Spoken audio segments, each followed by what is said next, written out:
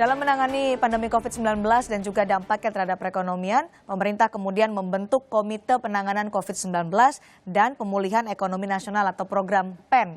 Nah, Litbang Kompas juga menanyakan kepada responden pada tanggal 4 hingga 5 Agustus 2020, apakah pembentukan Komite Penanganan COVID-19 dan Program Pemulihan Ekonomi Nasional tepat dilakukan? Ada sekitar 71,5% responden menyatakan tepat, 20,7% menyatakan tidak tepat, 7,7% tidak tahu. Ketika kemudian ditanyakan, yakinkah Komite Penanganan COVID-19 dan Pemulihan Ekonomi Nasional bekerja dengan baik? Jawabannya adalah 59,6% responden yakin. Sementara 32,3% responden tidak yakin, 8,2% menjawab tidak tahu. Itu adalah hasil dari survei atau jajak pendapat Litbang Kompas. Jadi, Bu Vera, menurut Anda, apakah tepat dibentuk Komite Penanganan COVID-19 dan juga Program Pemulihan Ekonomi Nasional sebagai respon pandemi dan dampaknya terhadap perekonomian Indonesia? Saya kira yang paling tepat menangani masalah pemulihan ekonomi nasional itu ada di Ketua Umum Golkar, selaku Menteri Koordinator Menteri Perekonomian. Karena Pak Menteri Erick Thohir sendiri selaku pelaksana tugas Komite atau COVID Pemulihan Ekonomi Nasional, itu yang dibentuk dalam Perpres 82 yang baru dikeluarkan itu, tidak sepakat menurut kami. Karena pemerintahan di dalam job desk-nya di BUMN itu sendiri juga banyak permasalahan, di mana di situ ada infrastruktur yang belum terbentuk, dan juga bagaimana koordinasi program-program yang ada. BUMN juga banyak yang meminta PMN, dan juga itu juga banyak sekali kelemahan sinergi yang akan dilakukan, koordinasi antara program. Oke. Jadi kalau menurut Anda, apakah efektif atau tepat dibentuk dan juga akan efektif ini? Saya belum bisa melihat efektif atau tidak, tapi sudah terlihat nyata bahwa ini tidak efektif dilakukan. Sementara pemerintahan Presiden Jokowi bisa melakukan satgas-satgas ataupun yang ada di KSP misalnya, atau komite dulu zaman Pak SBY itu ada Komite Ekonomi Nasional atau KEN. Dan itu bisa diperdayakan dan diupayakan. Kenapa harus mengambil Erick Thohir sebagai menteri yang sudah segudang permasalahan di dalam tubuh BUMN sendiri, banyak harus melakukan hal ini. Pak Budi Gunawan selaku Wamen merangkap wakil Kombut Pertamina, dan juga harus fokus dan prioritas terhadap bagaimana melakukan pengelolaan BUMN ini agar kondisi permasalahan Pertamina dan PLN, Garuda, BUMN juga yang lainnya. Oke, tadi kita sudah menangkap poin yang disampaikan oleh Bu Vera. Bahkan disebutkan nanti mungkin saja ini berpotensi ketidaksinkronan ketika Komite Penanganan COVID-19 dan juga Program Pemulihan Ekonomi Nasional ini akan berjalan. Mas Dhani. Di dalam Perpres itu, di dalam pasal Perpres kan dijelaskan juga bahwa keputusan dari komite ini mengikat kementerian dan lembaga. Jadi karena dia mengikat, tentu dia sifatnya juga membantu mempercepat eksekusi di lapangan yang selama ini terjadi kelambatan penyerapan dan eksekusi yang lainnya. Nah, oleh karena itu, komite yang dipimpin Pak Erlangga dengan Ketua Pelaksana Pak Erick ini, dalam kapasitas Pak Erick sebagai Menteri BUMN dan peran BUMN di masa krisis itu dibuktikan dengan peranan BUMN sebagai jadi kalau kekhawatiran bahwa nanti akan ada tumpang tindih, ketidaksinkronan. Tidak. Oke, baik. Tadi disebutkan helikopter view-nya secara strategis untuk menghindari ego sektoral. Oke, baik. Menghindari ego sektoral. Baik, Mas Dhani. Jadi kalau inilah bergerak di atas itu. Baik, Pak Misbakun. Lalu kenapa Pak Erlangga masih membutuhkan Pak Erick Thohir? Kenapa tidak langsung dikepalai juga oleh Pak Erlangga? Dan dikhawatirkan nanti akan ada tabrakan atau tidak sinkronan komunikasi, koordinasi. Itu kan yang memutuskan Presiden. Kalau Pak Erlangga kan sebagai anggota kabinet, beliau mendapatkan tugas sebagai ketua komite.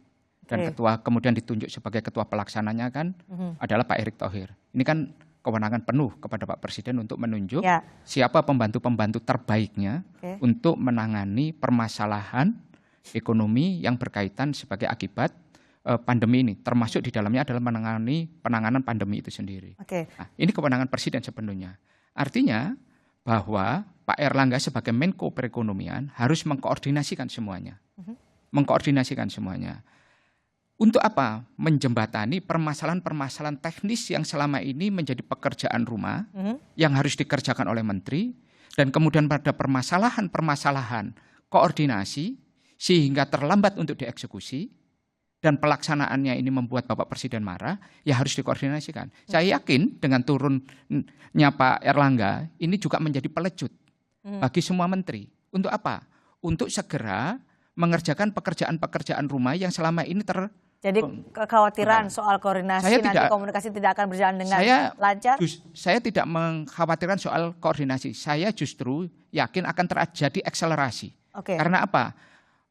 Permasalahan COVID-nya kita sudah ketemu pattern bagaimana menangani, kemudian bagaimana PSBB ini yang dilonggarkan, ini bagaimana kita menangani, dan kemudian dua arah ini bisa berjalan, disinkronkan, kemudian disatu padukan menjadi sebuah program yang sinergis mengatasi semua permasalahan sumbatan-sumbatan yang selama ini ada. Baik itu sumbatan terhadap sisi pencairan anggaran, kemudian pengadaan barangnya, penanganan sisi kesehatan dan sebagainya, itu bisa ditangani dengan sinergis, terkoordinasi, dan mempunyai hasil yang bagus. Justru akan menjadi koordinasi yang lebih luar biasa. Tapi kalau menurut Pak Didi, apakah dengan pembentukan komite penanganan COVID-19 dan program pemulihan ekonomi nasional ini kan berjalan dengan efektif, dan apakah sudah tepat dengan pembentukan ini? Ya, harus ada sebenarnya. Harus ada, dan sekarang menjadi bolak-balik. Saya tidak meragukan Erik ya, karena Erik kan punya prestasi sebagai anak muda. Tetapi posisi dia sebagai Menteri BUMN itu akan komplikasi dengan tugasnya di BUMN. BUMN sendiri berat ya, Pak Misbahun sudah sangat paham itu. Menurut saya untuk dua tugas ini perlu super kuat ya. Saya tidak tahu ke depan apakah itu tepat atau tidak, dan nanti akan menentukan berhasil atau tidaknya. Sudahkah efektif, terlihat efektif, atau sudah memenuhi harapan masyarakat paling tidak? Kalau sekarang ini kan bukan pelaksanaannya bukan pelaksananya, tapi ini kan policy 250 juta. Ya. Saya mencatat ya, ada hampir 40 di awal ketika COVID datang, ada 40 pernyataan para pejabat yang mengacaukan kebijakan itu sendiri. Jadi kegagalan komunikasi adalah kegagalan dalam kebijakan. Ya, blunder itu dari mulai pakai minum sukuda liar. Pak Jokowi bilang mudik boleh, pulang kampung nggak apa-apa. Semua ada 40 itu. LP3 meneliti ada 40. Ini pertama. Kedua, sebelum landai sudah keluar. Sekarang Indonesia itu terburuk bersama-sama Filipina di ASEAN. Nah, ini yang harus diselesaikan dulu menurut saya ya. Dan itu terlihat dari anggaran kesehatan. Tanya antara ekonomi dan kesehatan 70 triliun. Dan itu pun 1,5% beberapa minggu lalu ya. Nah, jadi sekarang ini masalahnya bagaimana merapikan kembali setelah punya tim baru. Kalau kata Pak Misbahun kan itu justru akan semakin memperlancar komunikasi dan koordinasi dengan pembentukan komite serta program pemulihan ekonomi nasional ini. Anda melihat itu juga? Justru akan memperbaiki koordinasi yang selama ini sekarang Pak Doni ada di bawah, itu juga masalah ya. Kenapa? Pak Doni sekarang ada di struktur bawah sekali, padahal kesehatan itu harus nomor 1 ya. Dan sekarang juga masalahnya seluruh ujung tombak penanganan ada di Pemda, di pemerintah daerah. Ya, pemerintah pusat itu kan Menteri Kesehatan cuma ngizinin aja. Oh, boleh nggak PSBB? Boleh kan. Jadi semua terpecah-pecah, padahal ini perlu unity. Itu problem yang sangat krusial menurut saya. Permasalahan dan APBN itu akan banyak terkuras besar kalau tidak efisien ya. Kalau tidak efisien itu ancamannya dan itu. Dan utangnya akan banyak ya. Saya mengkritik utang juga. Soal utang Pak Didi, kalau kritiknya soal utang, yang perlu kita jadikan isu utama sebenarnya hari ini bukan utang. Bagaimana melakukan upaya penyelamatan dengan segala caranya, at all cost. Yang kita selamatkan itu adalah perekonomian negara, peradaban bangsa ini dan peradaban manusia. Semua dunia berbicara soal utang. Karena apa? Sources mereka dari pajak itu mungkin. Tadi kan soal indikator ekonomi dengan IBAS. Nah, ini kalau kita itu, ada isu utang tapi itu not mine. Itu bukan isu utamanya. Lah, kesehatan juga harus jadi prioritas tadi kalau Pak Didi mengkritik. Kalau soal koordinasi tadi yang disampaikan, tadi menarik yang disampaikan oleh Pak Didi adalah kemudian digeser ke daerah. Digeser ke pemerintah daerah. Ini dalam rangka apa? Juga memberikan tanggung jawab kepada pemerintah daerah bahwa permasalahan itu setelah di Jakarta dan pemerintah pusat itu tinggal mengkoordinasikan. Pemerintah daerah lah yang nanti dengan segala kelengkapan, segala instrumen, dan segala fasilitas yang dimiliki termasuk kebijakan untuk menangani ini. Karena apa?